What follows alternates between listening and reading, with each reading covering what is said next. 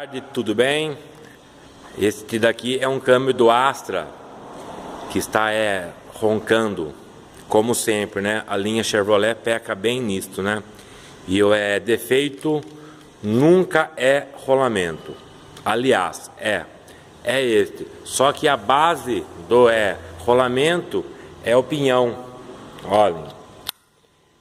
Aí você tem que trocar a coroa e pinhão. Então quem sai lesado somos nós, né? Que sempre tem que pagar mais caro. Forte abraço.